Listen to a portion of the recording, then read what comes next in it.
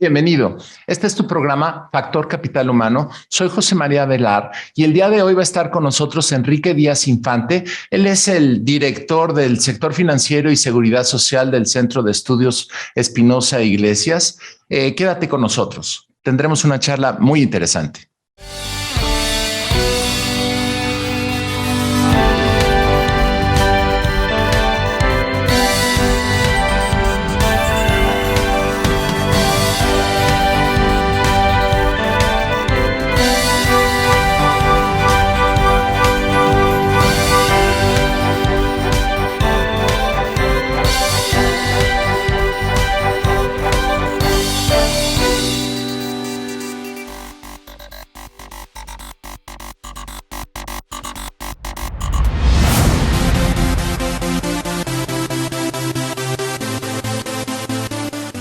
Bienvenido.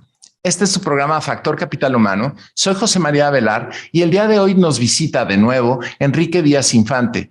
Él es el director del sector financiero y seguridad social del Centro de Estudios Espinosa Iglesias. Enrique, además de tener la licenciatura en Derecho de la Universidad Nacional Autónoma de México, tiene 2 maestrías en diferentes universidades de Londres. Está realizando su doctorado en la Universidad Panamericana. Enrique, es un gusto tenerte de nuevo con nosotros. Encantado. El gusto es mío. Fíjate que queremos que ayudes a entendernos al auditorio, a todos los que estamos aquí en el programa, un poco lo que está sucediendo en los contextos legislativos con toda la cuestión de si se aprobó o no se aprobó la reforma sobre la capacidad bancaria para poder generar descuentos directos sobre nómina, pero ¿qué hay atrás de todo esto? Pues resulta un elemento en el cual queremos que nuestro auditorio esté informado y quién más mejor que tú para poder compartirnos las perspectivas de tu conocimiento en esta materia. Cuéntanos, ¿qué es lo que has visto en este terreno y qué es lo que está sucediendo en torno a estos cambios? Yo creo que lo que fue esta iniciativa de reforma no nata, que es el tema de la cobranza delegada, que se trataba de aprobar para beneficiar a las entidades financieras, pero especialmente a las SOFOMES, en los créditos de nómina, y que consistía en permitirle o obligar a los patrones a descontar el saldo adeudado con esas entidades financieras y pagarles a las entidades financieras, y que además establecía una obligación solidaria para los patrones de si no cumplían con esa obligación, tenían que pasarlo. Esto nos hace ver, y que luego el presidente echó para atrás y dijo, no, esto no pasa, lo que está viviéndose al interior de la 4T. Recordemos, José María, que estamos ya en el 4º año de gobierno y que el presidente López Obrador empezó el sexenio con una aprobación cercana al 80% y que ahorita ya está en 57% y quizás decreciendo.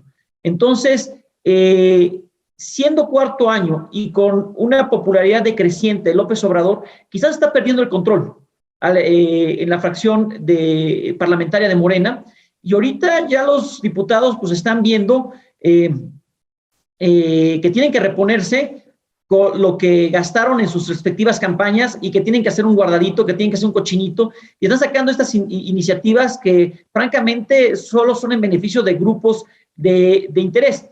A ver, aquí, José María, quisiera hacer yo un paréntesis, porque en cuanto se ve esta reforma, lo primero que yo pensé es que esto podía ser un buscapié, muy al estilo de la 4T, lanzo una iniciativa, tanteo el terreno cómo está, y si hay mucho rechazo, como fue el caso, me echo para atrás. Pudiera ser eso una hipótesis, pero me voy quedando más con lo que estamos planteando, de que es quizás una borregada indisciplinada en un 4º año de gobierno, que buscan reponer todo lo que gastaron en campaña y pagarle a sus patrocinadores. Entonces, me quedo más en esta línea de por qué salió esta reforma, ¿no? Fíjate, Enrique, que lo que dices, en primer lugar, pues pudiera no ser sorpresivo, ya que, como bien mencionaste, en los primeros años de este periodo presidencial vimos un cuerpo legislativo, particularmente la Cámara de Diputados, completamente sumiso y obediente a todas las iniciativas que provienen del Poder Ejecutivo. Sí, lo cual, pues en primer lugar, ha facilitado muchas de las acciones, buenas o malas, que provienen del gobierno federal, pero que al final de cuentas, ya como bien mencionas, en el cuarto año, pudieran estarse generando, al tenor de tu hipótesis, acciones independientes por parte de la Cámara y particularmente del grupo legislativo morenista para favorecer a aquellos grupos patrocinadores de sus propias campañas. ¿Sí?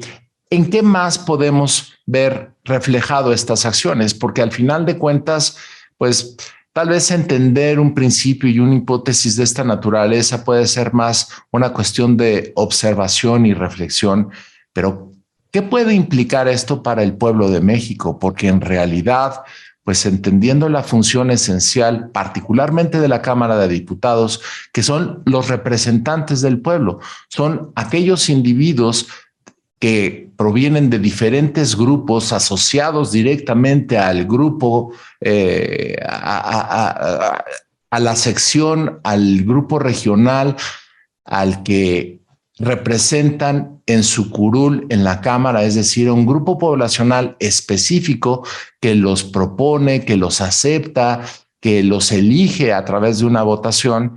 Esto está generándose una situación extraña, no están trabajando en favor del pueblo que representan, están haciendo algo completamente extraño. Ya era complicado que obedecieran las instrucciones del Ejecutivo, pero ahora estamos en un escenario mucho más complejo.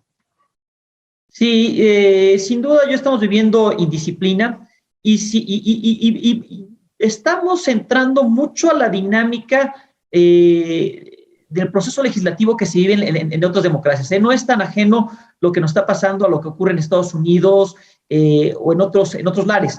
Y cito el caso de Estados Unidos porque ahí el financiamiento de las campañas, al igual que aquí en México, es muy oneroso. Entonces, los grupos de interés que patrocinan las iniciativas que patrocinan a los diputados, a los legisladores, esperan recuperar sus recursos, ¿no? Entonces, pudiéramos ahondar sobre esto más adelante, porque sí, es un tema interesantísimo el que tocas, pero yo inscribiría lo que está pasando ya ahorita en la dinámica de las democracias modernas con grupos de interés capturando el proceso legislativo. Muy bien. Este es Factor Capital Humano. Estamos platicando con Enrique Díaz. Por favor, quédate con nosotros.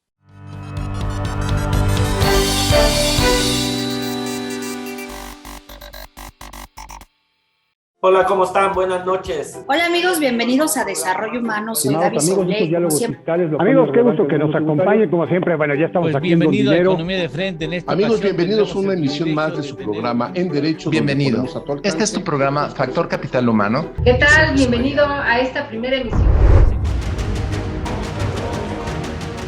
IDC también está en la televisión. La construcción está muy lejos de recuperar sus... La carta por oficial de El Fondo Monetario Internacional. No te pierdas nuestra programación cubriendo temas como política, economía, corporativo, comercio exterior y temas de actualidad. Disfruta de la transmisión a través del canal 76 de Easy TV o a través del canal 168 en Total Play. También puedes vernos a través de las páginas de IDC, de Facebook y YouTube. IDC TV. Sintonízanos de lunes a viernes.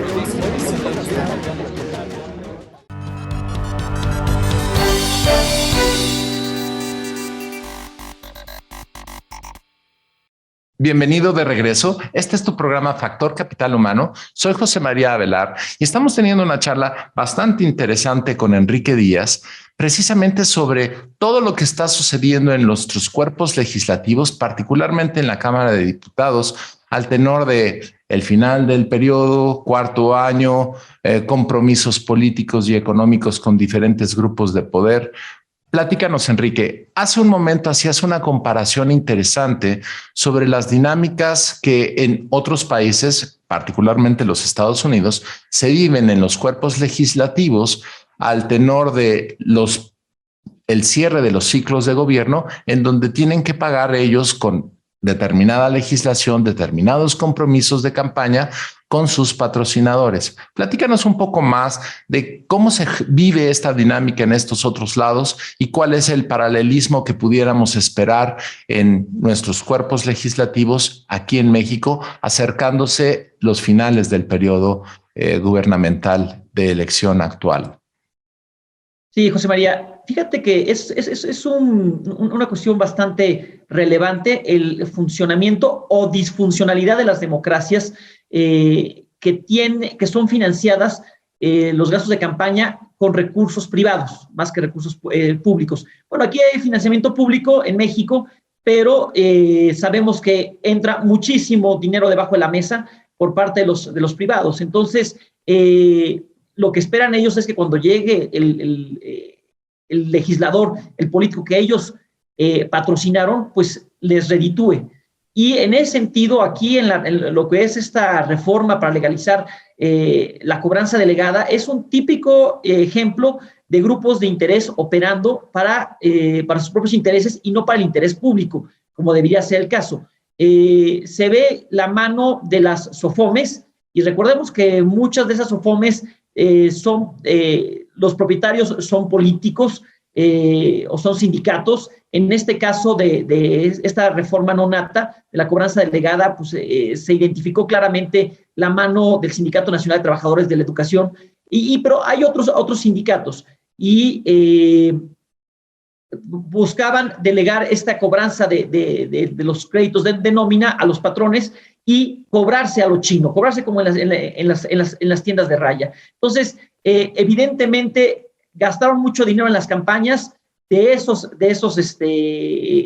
políticos que ahora están como diputados, y nos encontramos con la muy desagradable sorpresa de que una iniciativa de ley claramente contraria a los intereses de los trabajadores, que le embargaba su sueldo antes de cobrarlo y que estaba muy en línea con lo que ocurría en la época porfiriana. Esto fue una iniciativa propia de las tiendas de raya, pues fue aprobada por 227 votos, esencialmente de políticos de Morena, pero también del PAN y del PRI.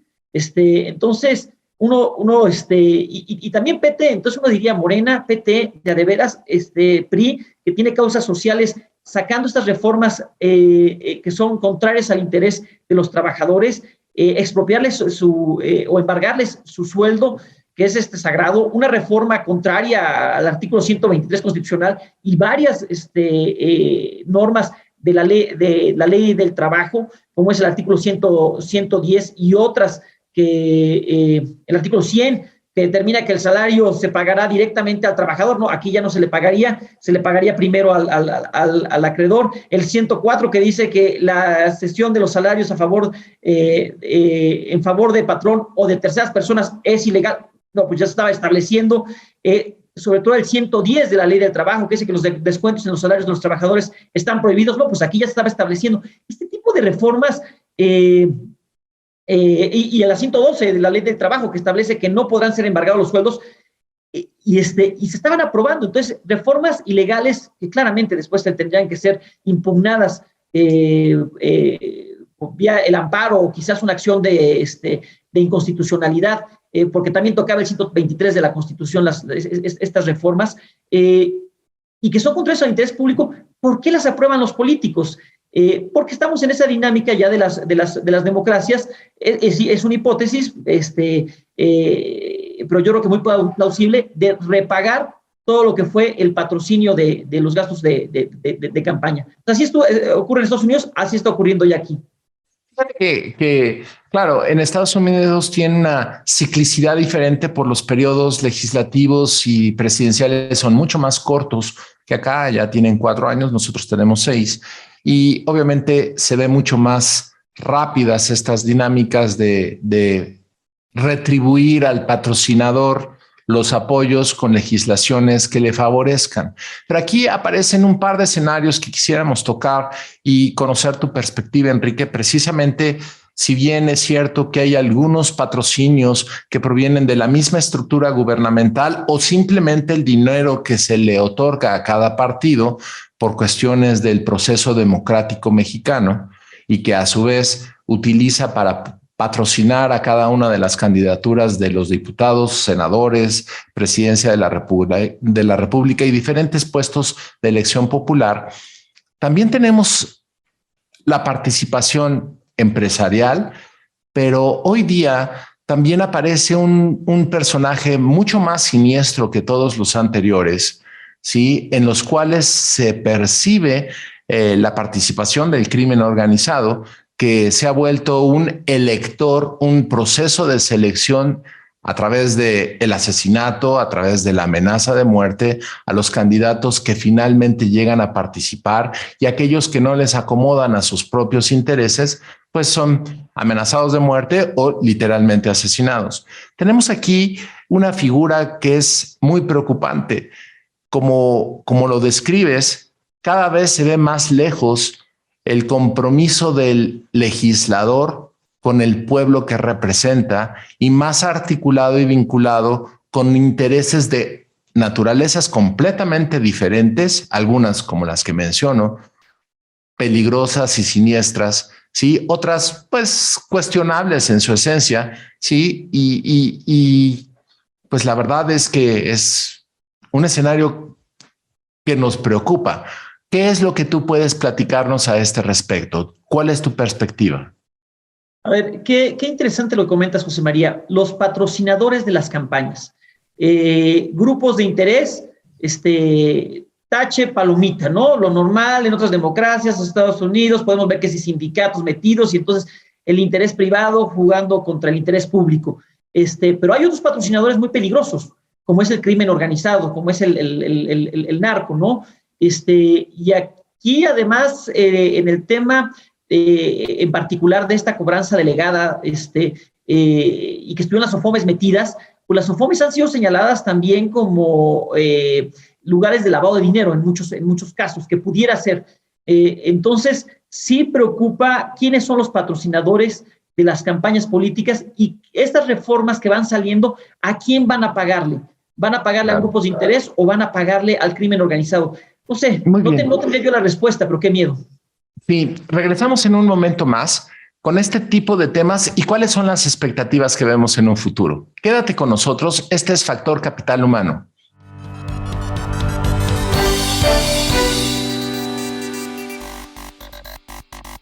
Hola, ¿cómo están? Buenas noches. Hola amigos, bienvenidos a Desarrollo Humano. Soy Gaby Soule.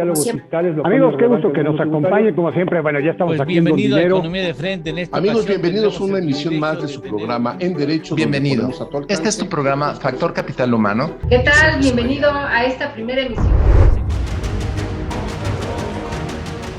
IDC también está en la televisión. La construcción está muy lejos de recuperar sus La carta por sí existía desde hace mucho El tiempo. Fondo Monetario Internacional. No te pierdas nuestra programación cubriendo temas como política, economía, corporativo, comercio exterior y temas de actualidad.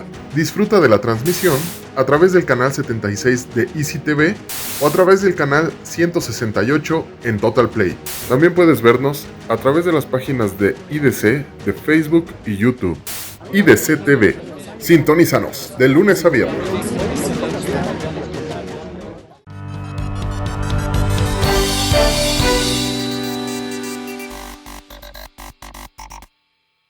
Bienvenido de regreso a tu programa Factor Capital Humano. Estamos teniendo una charla súper intensa con Enrique Díaz, precisamente sobre todas las prerrogativas que pueden tener los patrocinios de diferentes naturalezas que influencian los temas legislativos, particularmente en la Cámara de Diputados. Platícanos, Enrique, hace un momento charlábamos sobre la posible mano negra de algunos patrocinios, incluyendo al crimen organizado, ¿sí? Para las campañas de estos grupos de poder político que nos traen las leyes con las cuales la sociedad mexicana se regula. A este respecto, también platicabas un poquito de algunas de las cuestiones que se presentó particularmente en el evento de la liberación de la nómina, de la cobranza de la nómina delegada, y cómo proviene de los sindicatos que supuestamente están para defender los intereses de los trabajadores. ¿Qué ves? ¿Qué es lo que tú percibes ¿Cuál es tu percepción y opinión con relación a estos contextos que estamos charlando? Sí. A ver, José María, lo que dice el manual del buen castor, es decir, lo que dice el marco teórico, es que los legisladores deberían de estar legislando para el interés público y deberían de generar leyes que permitieran que todos se vieran beneficiados. Pero la realidad del proceso legislativo hace que el proceso legislativo sea capturado por grupos de interés entre malos, pésimos y de la rechinflada, ¿no? Que si sea por sindicatos, sea por algunos grupos empresariales raros o no tan raros, por monopolios y demás, o por los que son terribles, ¿no? Como sería el narco, que cada vez lo vamos viendo más como un actor, ¿no? En el caso en particular de la iniciativa de modificar diferentes leyes de la Ley Federal o más bien, eran de la Ley General de Títulos y Operaciones de Crédito, de la Ley General de Organizaciones y Actividades Auxiliares de Crédito y de la Ley de Protección y Defensa al Usuario de Servicios Financieros, para legalizar estos descuentos de nómina. Vemos la mano de sindicatos, pero siendo que las beneficiarias son las SOFOMES, pues también pudieran acabarse viendo beneficiados otro tipo de actores. No quiero decir, como te decía hace rato, que necesariamente, y no tengo evidencia al respecto, esté el crimen organizado detrás de las SOFOMES, pero sí han señalado, son entidades financieras que han sido señaladas como posiblemente involucradas en lavado de dinero. Su fuente están altamente empasivadas y su fuente de financiamiento es diverso. Entonces, pudiera entrar ahí el dinero del narco. Y este tipo de iniciativas pudiera ser para repagar favores. Es lamentable esta iniciativa que se promulgó o que se quería promulgar y que se detuvo, y que la detuvo López Obrador, el presidente, y que la detuvo Monreal en el Senado, y que además se inscribe, yo no sé si en el modus operandi de la 4T, de lanzar una iniciativa, ver, tantear el terreno y de repente si una reacción muy negativa, retirarla, pudiera ser el caso, haber sido un buscapiés, o como decíamos al principio del programa y señalabas, una 4T indisciplinada, diputados indisciplinados, faltando 2 años para terminar el gobierno. Y con eso toco tu otra parte de la pregunta. O sea, ¿qué veo hacia adelante? Veo un cierre complicado de sexenio. Lo veo complicado en el tema de finanzas públicas y lo veo complicado en el tema de desgobierno o ingobernabilidad.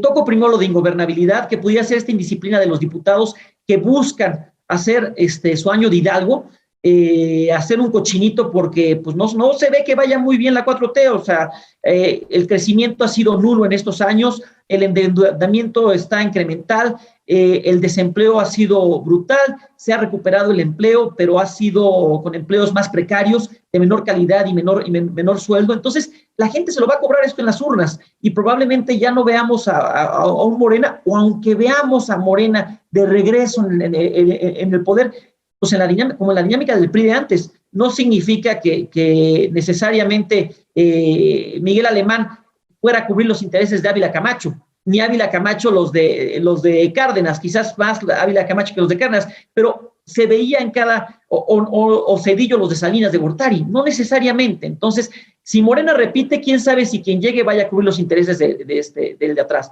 Y si no repite, pues hay que hacer un cochinito. Y entonces vamos a ver 2 años donde va a haber esas iniciativas tan raras para tratar de pagar deudas o beneficiarse del poder público. En fin, son elementos preocupantes que vemos y que quisiéramos tener algunas otras respuestas. Para terminar, Enrique, y nos gustaría conocer si tienes una perspectiva puntual con relación a cómo se ve el panorama social para el mexicano en estos próximos 2 años que vienen.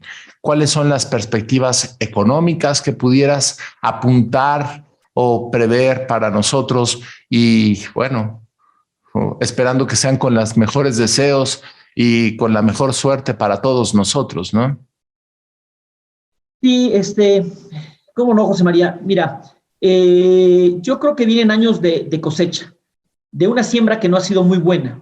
Ya vimos que la 4T ya nos dio lo mejor que podía dar, que es el aeropuerto Felipe Ángeles, y la verdad es que es una terminal aérea muy, muy cuestionable, de una calidad ínfima. Sigue Tren Maya y la refinería de Dos Bocas. Eso se traduce en déficit público. Hemos dejado de gastar en capital humano, gastar en educación, en salud, y hemos metido infraestructura cuestionable que no genera riqueza, en capital físico de no muy buena calidad. Entonces, y se ha ido aumentando el déficit público. Entonces, aunque se ha tratado de mantener la estabilidad en las finanzas públicas y se ha logrado en cierta manera, puede haber un cierre de sexenio complicado sumado al tema del desgobierno que en esos 2 siguientes años se prevé. No creo que se vaya a dar una crisis económica antes del 2024. Este gobierno ha sido muy cuidadoso en no aumentar demasiado el endeudamiento, pero si no hay crecimiento en la economía, pues la deuda como proporción del PIB se te va aumentando. Entonces, auguro que va a ser un cierre complicado, algo de desgobierno, pero se está pateando para 2025 una probable crisis y eso hay que cuidar. Necesitamos crecimiento urgentemente. Muy bien. Enrique, muchísimas gracias por tu tiempo, por toda tu participación, el compartir con nuestro auditorio tus percepciones, tus hipótesis y prerrogativas. Muchas gracias por acompañarnos de nuevo. Este es tu programa, Factor Capital Humano. Soy José María Velar. Gracias por el tiempo.